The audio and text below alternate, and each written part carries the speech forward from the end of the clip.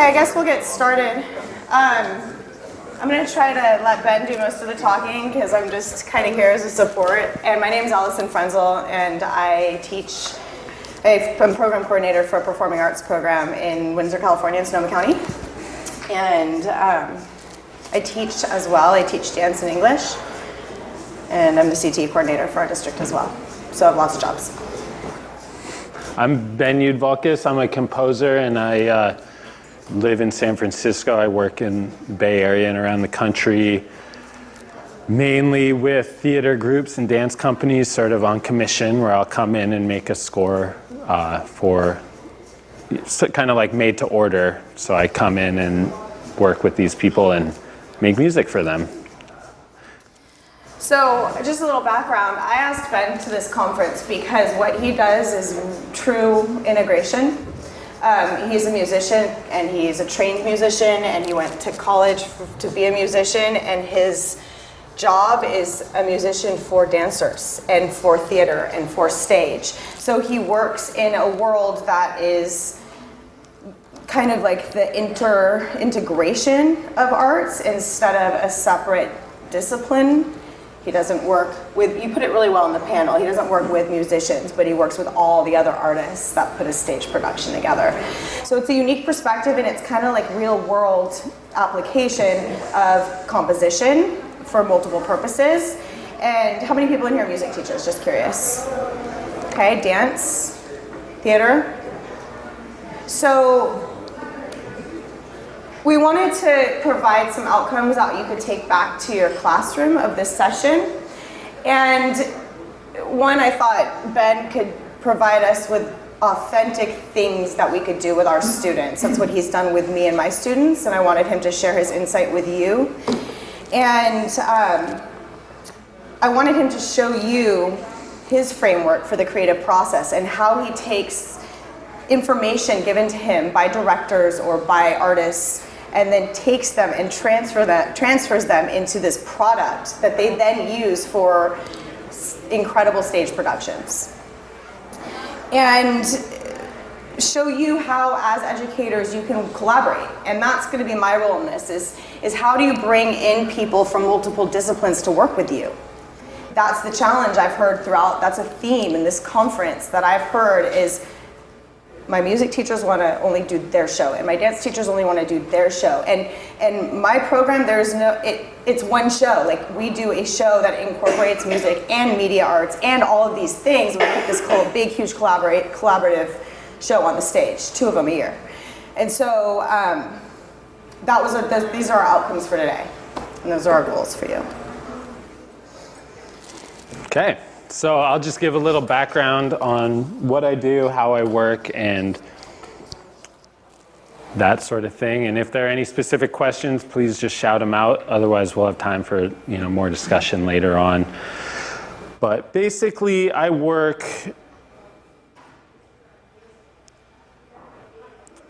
provide a service that I really try to just tailor what I'm doing to the needs of the environment that I'm in, and part of that is that I go to where these things are being made, and so I really feel like being able to immerse myself in an environment with the other creators is important, and so I've worked really hard on sort of leveraging digital technology to make a mobile, very small, very portable, and very flexible set of equipment. And I think I'm gonna demonstrate some of it later, but basically, what you can do with digital technology now is you can maximize flexibility while sort of not having to give up the expressiveness. And in general, musical instruments oftentimes are on a continuum between flexibility and expressiveness. The most expressive instrument is the voice, but it's perhaps not flexible. You can only do one note, you can only really sound like yourself and all that, but you can, it's expressive, it's got such subtlety, and something like a piano, which is what I grew up playing, is much more flexible. You can sound, you can do the whole range, you can be loud, you can be quiet, but you can't, just shape a note like you can with a voice, for example. And every instrument is somewhere on that continuum. But with digital technology, it's kind of, you can almost like bend the two ends around in a way and get something that is extremely flexible and sounds great. And so that lets me go in with just like the things that fit in my backpack, and I can ride my bike and just set up in the corner of a room and start generating material in a rehearsal. And it's not just a sketch where I'm like, oh, don't worry, it's going to sound really great later, when I actually like do the work. It's, it actually sounds like it's going to sound, and it sounds great. And that's just an amazingly empowering thing, and it helps, that if you have to tell your collaborators to use their imagination and like try to get inside your head and imagine how it's going to be later, then they just shut off, and they're not interested.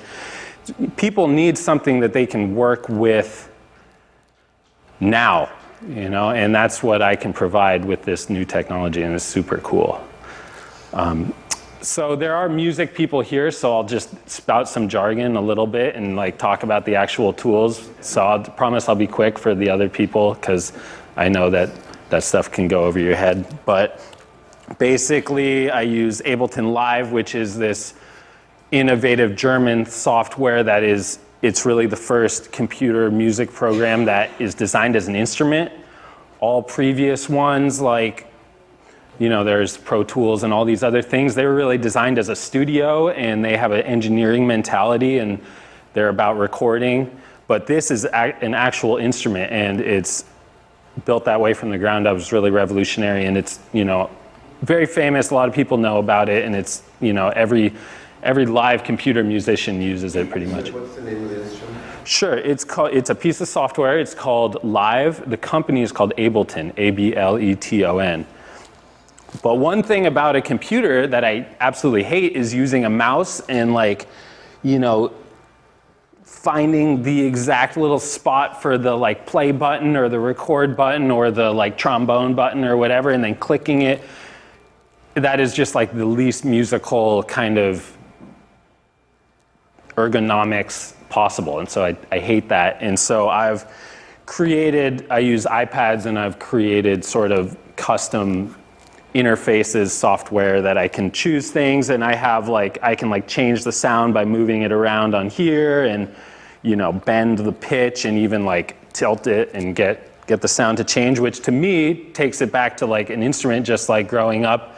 If you're playing guitar, you can just like put your shoulder into it and it's gonna sound the way you think it's gonna sound. And so I'm really obsessed with that sort of thing and how to keep that expressiveness and intuitiveness in the software. So I use these to kind of control the computer, use the power of the computer, but use the expressiveness of touch interfaces, and it's super fun and cool. Yes? Is that an Ableton app as well? No, this is basic. It's called Touch OSC, and it's $5 on the App Store. It's super cheap, and basically you can make your own layout. So I'm like, oh, I want 8 squares, and then I want the tilter to do this, and then I want some menus here. And then it'll make it. I have like different pages and stuff. These are all different sounds I can choose.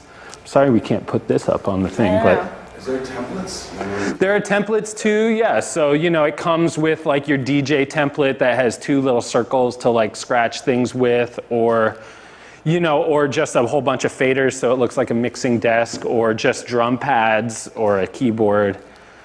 I make my own. Yes? Another question, could it also be worked for video? My side.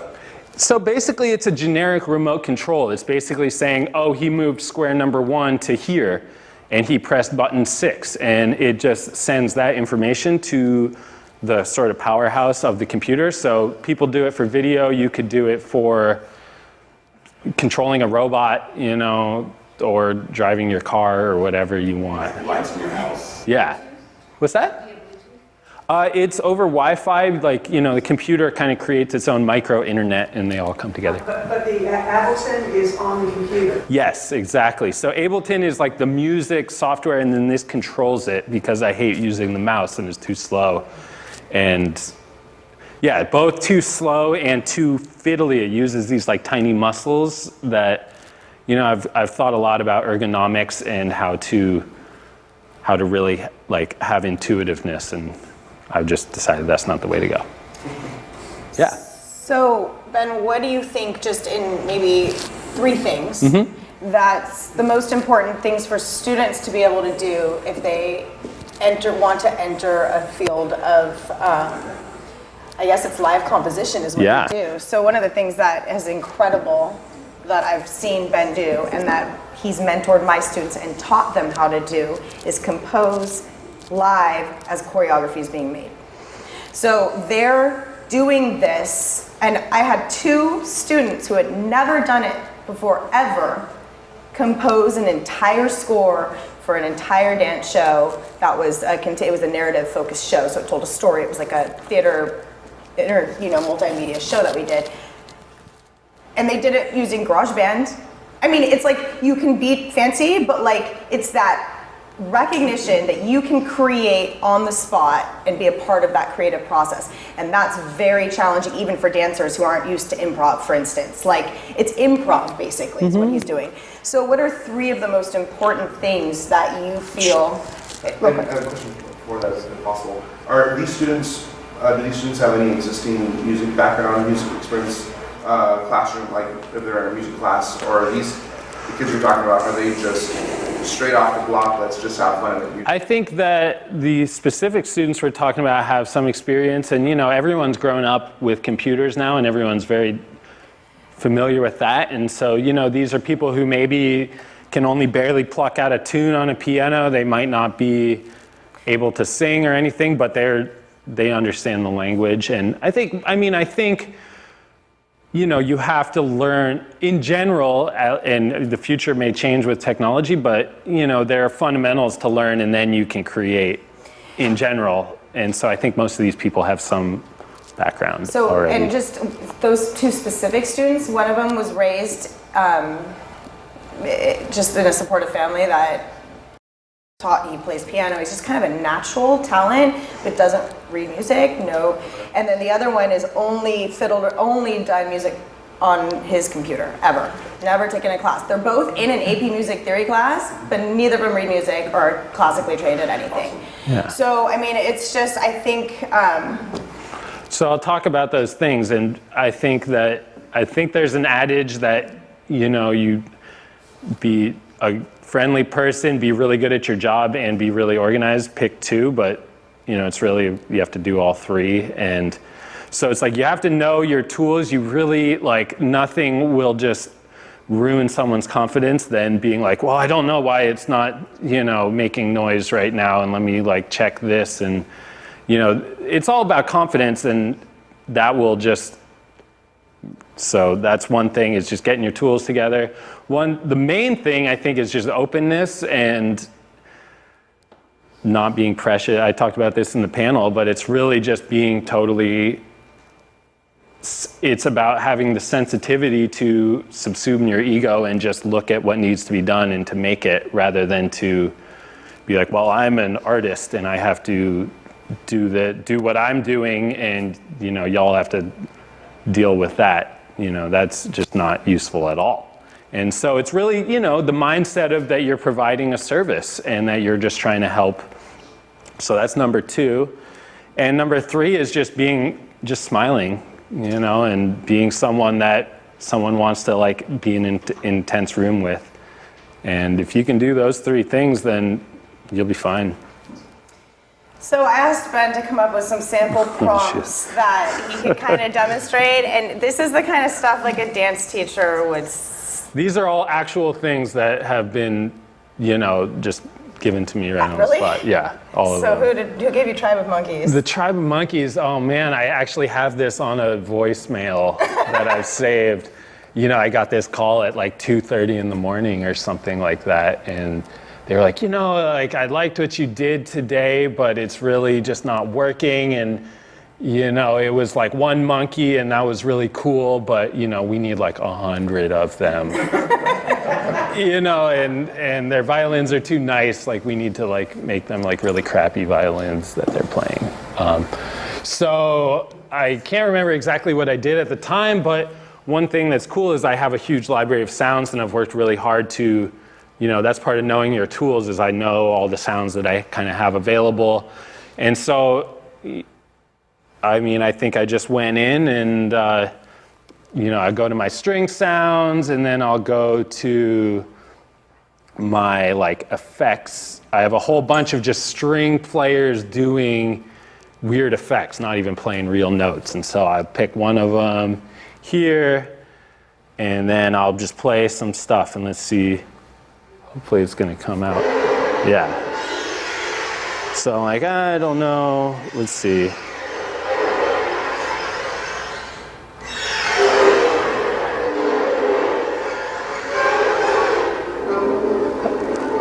Oh, this is kind of like that. And so then I can hit my foot pedal and start recording. Play it a little bit. Maybe I want to like change the sound.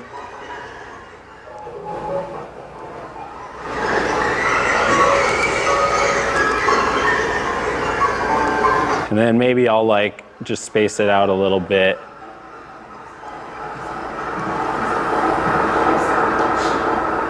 Like that or something like that. And then they'll be like, no, that's not it at all. Do something else, This is one of the things that, as Ben was doing this, so I was that director in this show that I was just talking about, which just happened in this fall, it's fresh in my mind. But I also did have live musicians. So I had a violin player who was classically trained, who was working with my digital music people to create live on the spot violin composition, and I was that person going, no, that's not exact. And she had never done anything like this before, and so she was it was a dance and music. It was this multimedia show basically, and she was composing. The lead character, the lead dancer, she was like her music counterpart. So anytime the lead was on the stage, there was this violin player, but she was playing live over what they created. So you can add that element, like the sound design was the framework for everything we built on it with the live instrumentals. So that's another thing that another layer to this. If you are an instrumental music teacher or you have, it's like they create a foundation in the digital realm, and then the instrumental music can be layered on top of it. It was pretty incredible. Yes. So it's sound effects that you have created in Libraria that you keep on your computer? Yes, so I have a whole range of stuff, everything from me, back in college, getting my violinist friends to like just make noise for an hour and then I would chop it up. But I also just purchase libraries that you can get off the internet, and you download them, and then you can have those available too. And, every computer with GarageBand has 50,000 sounds that it comes with, and that's great. The whole recording is a whole art into and of itself that overlaps with composition, but it's also totally fine to not be a recording engineer and just use the sounds that other people have recorded. And then if you wanted to create melodies or actual symphonies, you have to go to the instruments. No.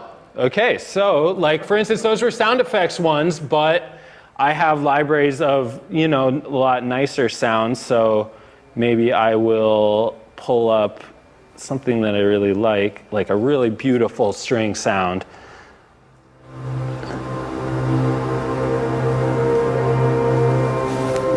And so maybe I'll like have a bass layer of this. I'll turn it up a little bit that I record, and then we'll put a melody on top.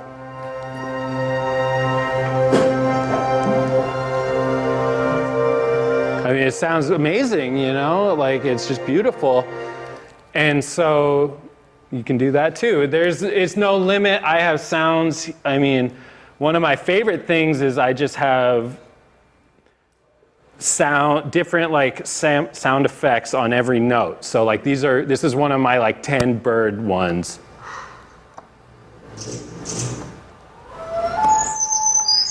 And so, it's like there's no difference between that and violins and, whatever. And you can change them so dramatically,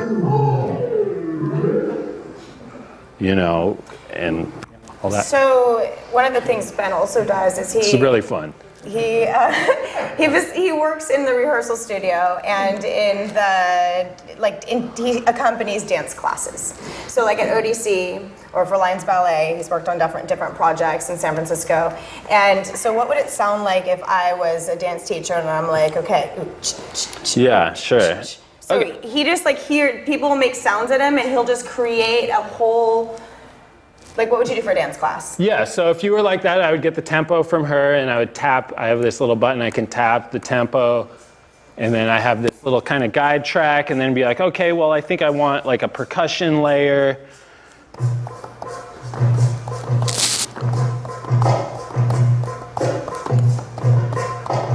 You can't see it, but I have a little foot pedal to record. And then I'm like, okay, well, I want to put some bass on top. So I'd be like, okay. What? Yeah, and I hit the pedal and record some bass, and then I'm like, okay, well now I want to get weird, and I will just I'm gonna choose a random sound effect here. Let's see what it gives me. It'll give me ocean water. So like, okay, well, what does that even mean?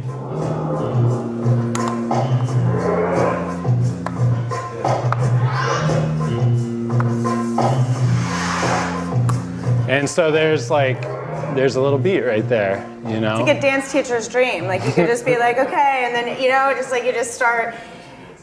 And it's really interesting because this is how I actually met Ben. I was taking a workshop, a 5-day intensive in San Francisco at a dance, it was a dance company that our mutual friends worked with for years and still do, some of them. But anyways, I was like, he is incredible. Who is this guy, And then secretly, he just learned this. We call him the mad scientist because that's what he's doing. He's on the spot creating. But I thought it was just something Ben could do until my kids did it. And then I was like, oh, okay, well, Ben does it way more complicated and has way more capabilities and knows his equipment way more than students, but why couldn't that be taught? So, yeah. I'm just curious, will this interface work with GarageBand? Not this exact thing is super custom made, and I mean I couldn't just go out and give it to someone. They would have to buy into the full thing because I've spent a long time building it and I know all its quirks and stuff. So not exactly, but GarageBand comes with a iPad template, so you can be doing something along the lines, and there's certainly no excuse at all to not get started and make something amazing with just your phone. The equipment doesn't matter, it's all there. 1 and then 2.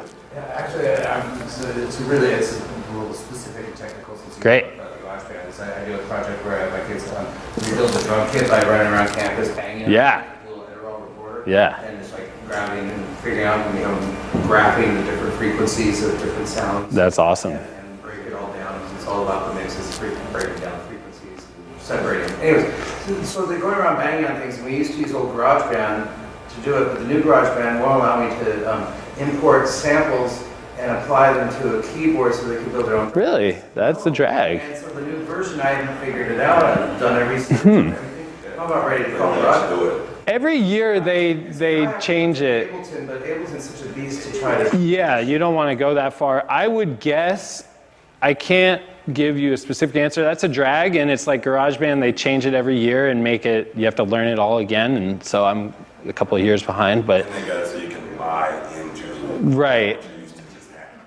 But I bet that there is a plugin that you can buy, which kind of slots into GarageBand that you could probably map out pretty simply, I suspect. I'm pretty sure if you figure out some way to create your own synthesizer, you can plug your own synthesizer into GarageBand. Yeah. Yeah. Yeah, I'm pretty sure that Fruity Loops works. That's really good for just nerding out and being specific. Do you ever notate, so any of your creations, do you ever go from this to Notation. Notation, I very rarely do notation. I definitely grew up playing classical music and all that, and I know it all. And it's really, nowadays, notation is really only for communicating to another musician so that they can play what you're doing. It's not about communicating to the listener anymore. And so since what I make is often already a sound, the notation, so it's a rare thing for me, honestly. Sometimes I'll do it for myself to just, if I need to work out something with a pencil, but it's a rare thing, I'd say. Also, do you do notation in your program at all? No, this program doesn't use it. In your school? Oh, well, okay, so something interesting about my program is I don't have trained musicians. Like, none of my kids even, I'm not saying none. There's like maybe a handful that are in our instrumental music program, but they're all self-taught, self-trained. They don't read music. I am running a performing arts program for non-performing artists.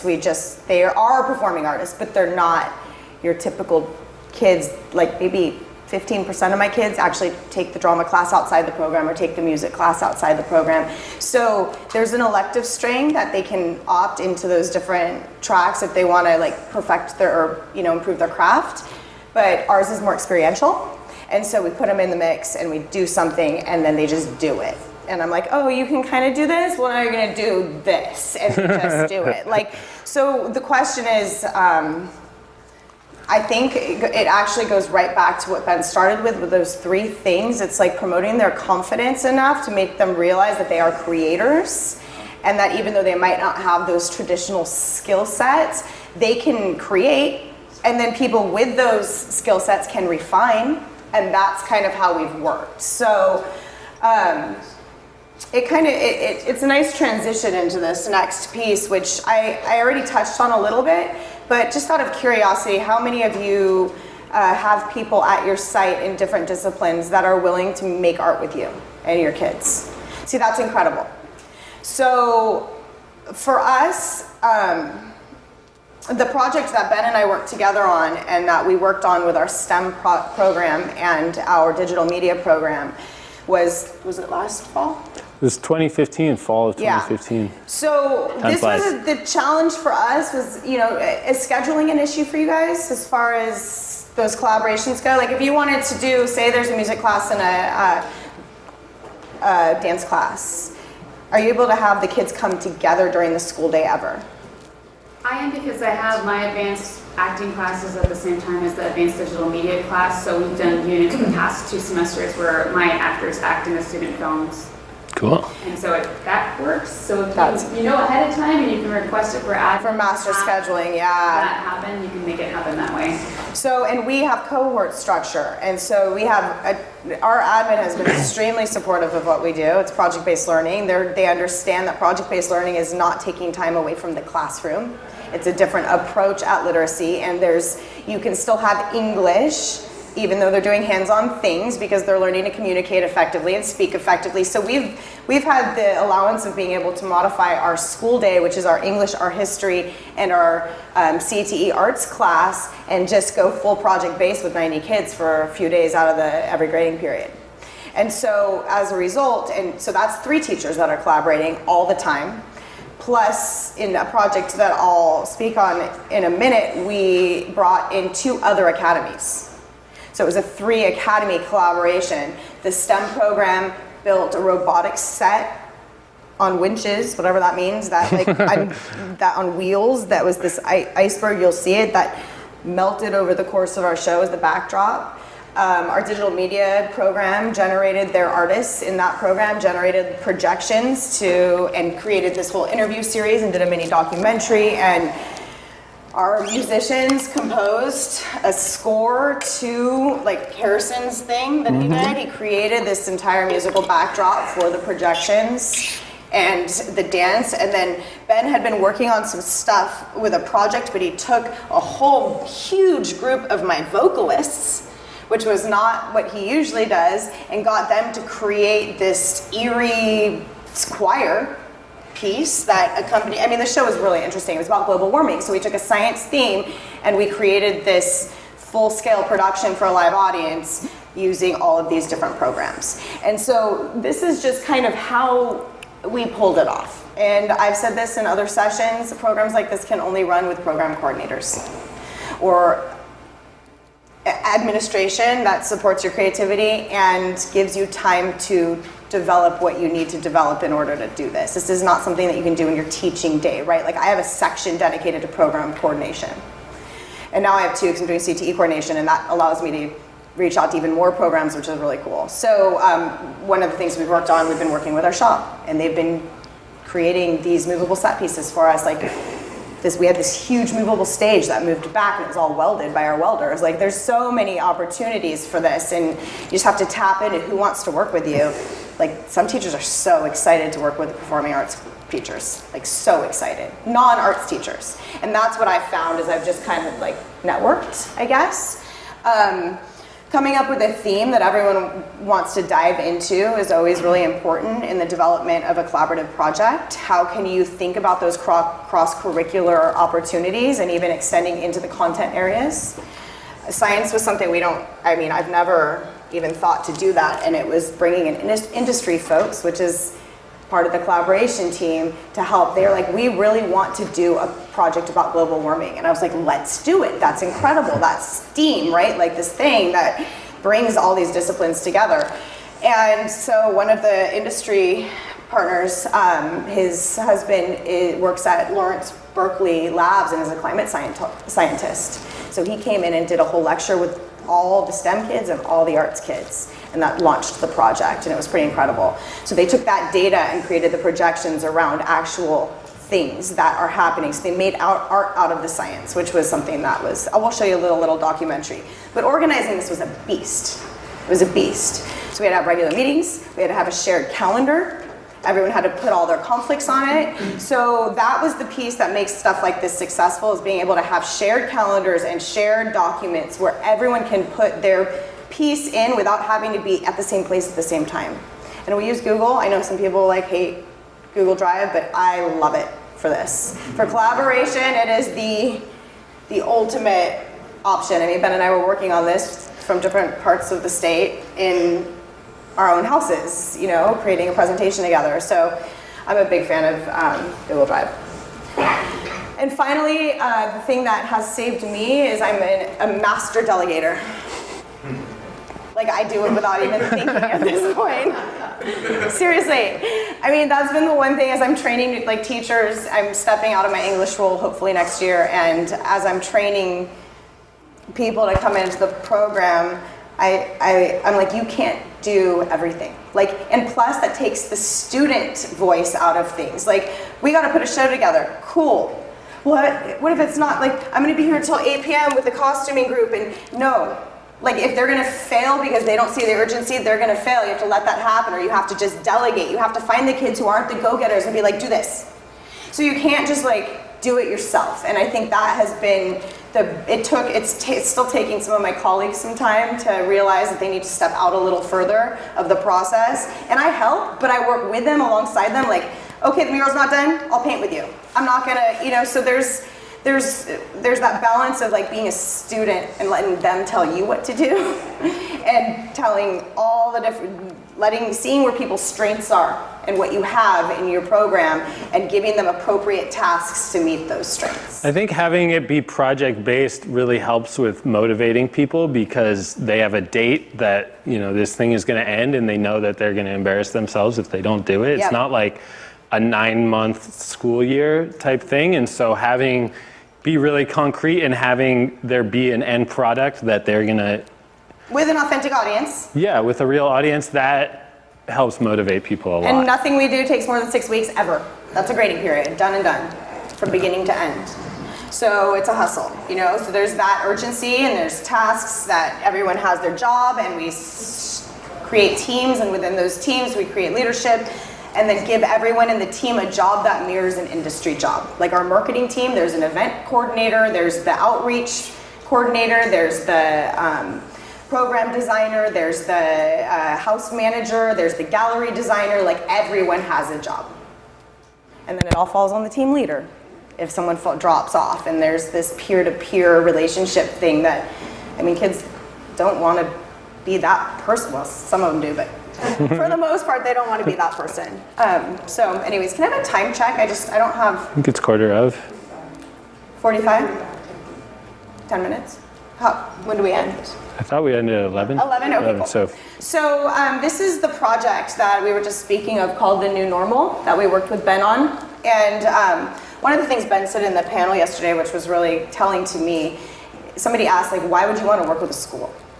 Like, you know what I mean? Like, no, I mean, it's real. It's a real question. Like, he's working in the industry. He has a great job. He creates for a living. Like, that's his thing. He's in San Francisco. Why would you want to drive an hour up to Windsor in Sonoma County to do this 6-week project with the school? And his answer was really telling to me, and it's because it's like we'll go ahead and say what you said. I don't remember exactly what I said because that was yesterday, but I mean, I think that there are several things that, first of all, Allison is just a great storyteller and her enthusiasm is contagious and Thank you. is also totally kind of a bulldog and is like happy to just keep at you if you're hesitating at all.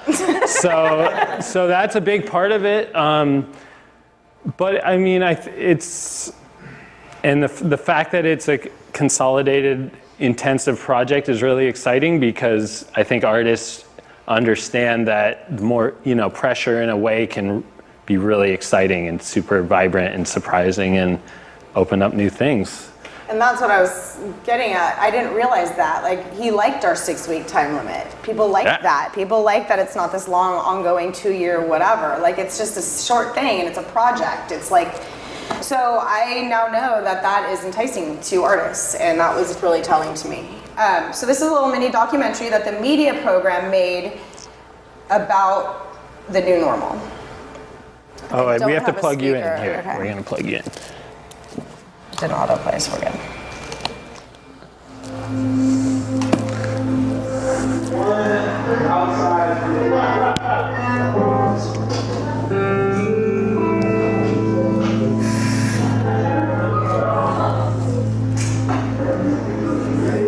I really like it.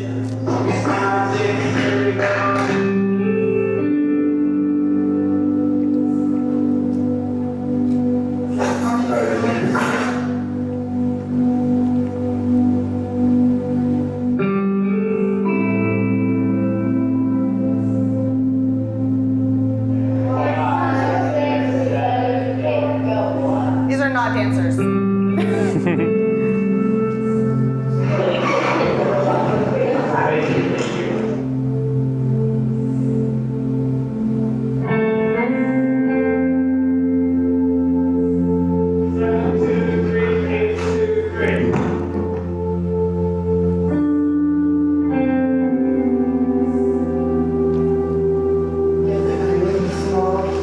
My name is Grace Copper, and I'm a senior at Windsor High School.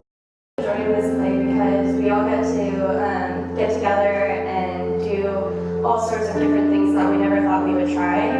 Like, I'm doing costuming, which is something I've never done before. I've been really enjoying it.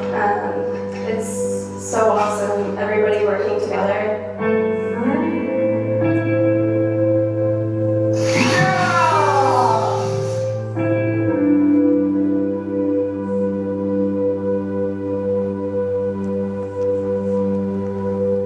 So Meba is working on a project right now called The New Normal, and it's about climate change. It's kind of this like abstract modern dance piece, so it's going to be pretty dance heavy, but it's going to be really interesting.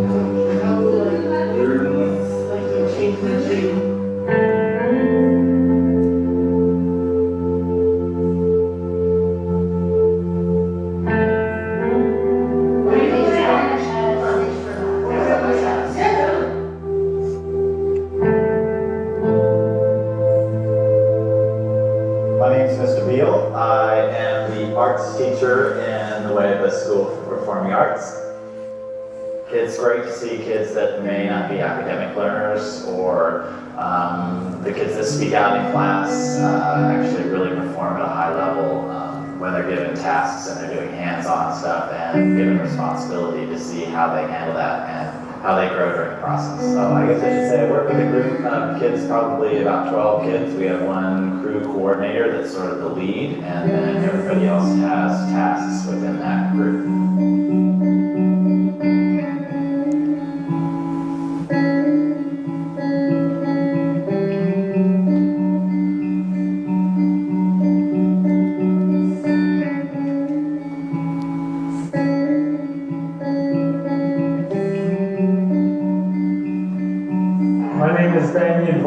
I'm the composer and music director for this piece, The New Normal. I've been helping the kids by sort of facilitating the music. You know, they play and sing all the music and they wrote a good amount of it. I just kind of helped them get there.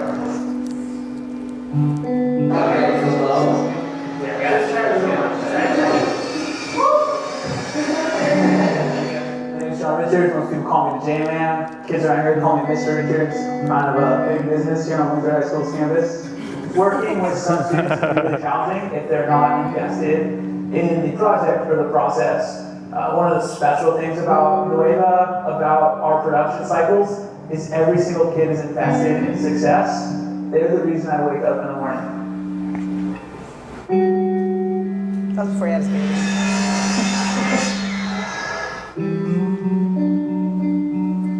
Working with the students of Nueva, we have some students who are really invested in being performing artists, and other people who are interested in being performing artists but maybe don't have as much experience. And it's always great to be able to have that mix. I think it's really rare that students get this kind of opportunity to work with industry professionals in a way that guides them in using their own voice creatively. I think as Fog Beasts, we're very interested in giving students a chance to say something. I'm Melesio Estrella. I am the co-director of Fog Beasts with this guy. Hi, I'm Andrew Ward, and I am the other co-director of Fog Beasts. So this show is called The New Normal, and it is about the theme of climate change. So we came in with a scientist and talked about climate change and what's going on and what is predicted to happen with the kids. And then with the kids, we generated material, artistic material for the show.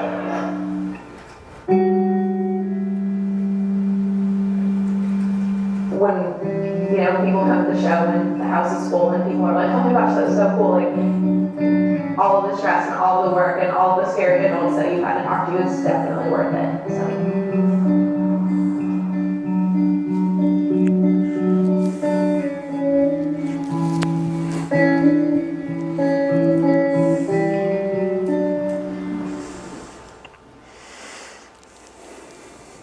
Oh, now I go full screen. Thank you. So maybe we should just take questions for the end? So that piece, it kind of shows you, like, we're doing all that during the school day. That was done in a 90-minute block every other day until the week of the show, which we go to full production mode, we call it, and we just scrap our academic classes for 3 blocks. So we have from 8 to 1:50 every day for 1 week, and then for the other 6 weeks, it's 90 minutes every other day. So that's kind of a little more insight, like you can see how and what's going on. That's all happening at once. Talk about the need to delegate and give team leaders. There's only 4 teachers in the program. So we are running around telling people what to manage, and they manage it. And our seniors usually will take a role. We have a junior and senior combined program. And so our juniors will start, like on the marketing team, their junior year, and they'll continue on that team their senior year, and they'll take leadership roles, and they've been through 2 shows already, so they know the ropes and they know the tasks, and then they run it. It's the only way to make this possible. And funding. Do you have rehearsal time after school too? It depends on the directors that we bring in. And for our original pieces, which is what this was, we try and make it as contained within the school day. So we serve an at-risk population. There's 90 students in the program. It's California Partnership Academy. So we actually are the feeder program for an intervention program that's composed of the lowest GPAs on campus. And they come to us and they work after school and they have families to take care of and they have to cook for their, like they have jobs. So we try and give at least one show an opportunity for those kids to participate fully during the school day.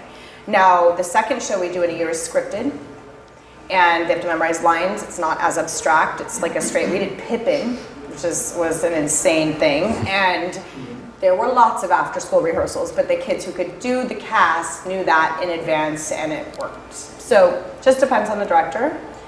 Traditionally, we've paid them with CPA funds. And these are like externships, right? For me, I'm learning from these industry folks. So you can be, if you have a CTE credential and you have CTIG funds at your school, you can call this an on-site externship, fund it that way. You could call it a workshop series. You don't want to say I'm hiring a director though, even though that's kind of what you're doing. You have to be creative with the language if you want money. It's just the bottom line. I just have learned what to say and what not to say. From good old Jerry Mitchell, Jack's counterpart in the Department of Ed. So you just, you say certain things, they're like, no, you can't do that. Then you say other things and it's the exact same thing with a different name and then you can do it. So anyways, on-site externships is supported. And that's how I've brought in people. My funds are cut this year, so I'm gonna have to get super creative like most people do. Any other questions? We just have a few more minutes. Thoughts? Yes? So I was curious about the program. Does it work live? Not the program live, but live, live instruments. Could someone be sitting there, the mic, whatever, and then you be there? Yeah.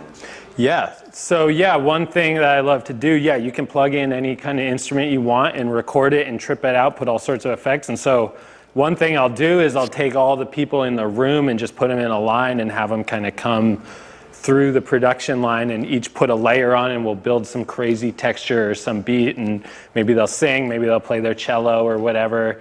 And they're all listening to each other and, so it's a conversation, and one person's working at a time, and that's really fun. People get really into that. What about at a performance? I meant Yeah.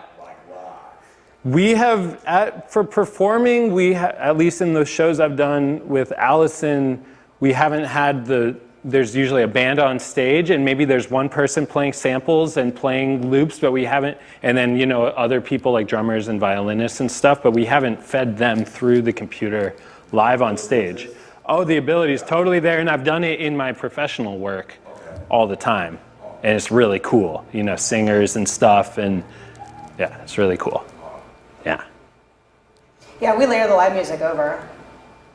So, and I wish I could pull up Rigo's song, because I want you to... What's the trigger pad you got there? Oh, this is called the Akai MPD 218, and I'm obsessed with finding the best one of these. I have a stack of them this high at home that aren't just right.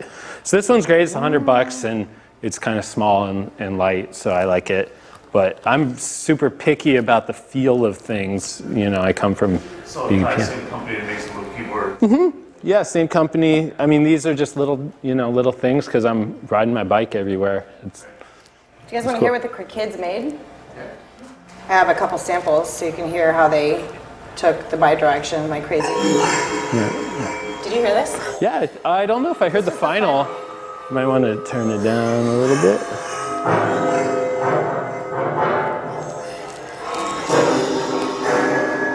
So I barely did anything to write this. Kid. Yeah. I'm going to put the slideshow so you can see the piece.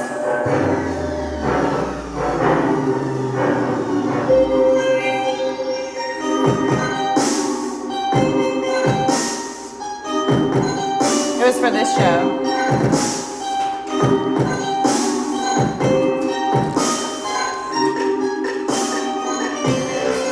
I think we might be making noise. It seems like someone just came in. We can just turn it down a little bit.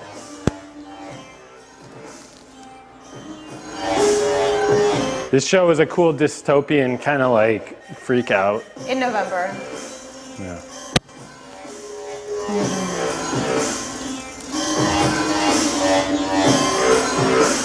What time do we have? Are they using live or are they using GarageBand or? I think that, we should keep the conversation going. I think this was a student who I think he uses GarageBand and Logic, which is like the step-up version. So GarageBand comes with all the Apples, and Logic is $200. It's also made by Apple. It's just kind of like the next level, professional level. And he was pretty incredible, and he made it. This other track was made by the other student, the junior, who had never done anything before like this at all. Oh, and that won't work. Are you ever going to Southern California and like do just demonstrations of different equipment? I haven't been in the past, but I'd be happy to be in the future. At school, there will be a lot of kids from the tech side of things Mm-hmm. who really enjoy seeing the tech capabilities and then saying, oh, I can put it back. Yeah, totally. Well, I have business cards. I brought a whole bunch of them, so come talk to me.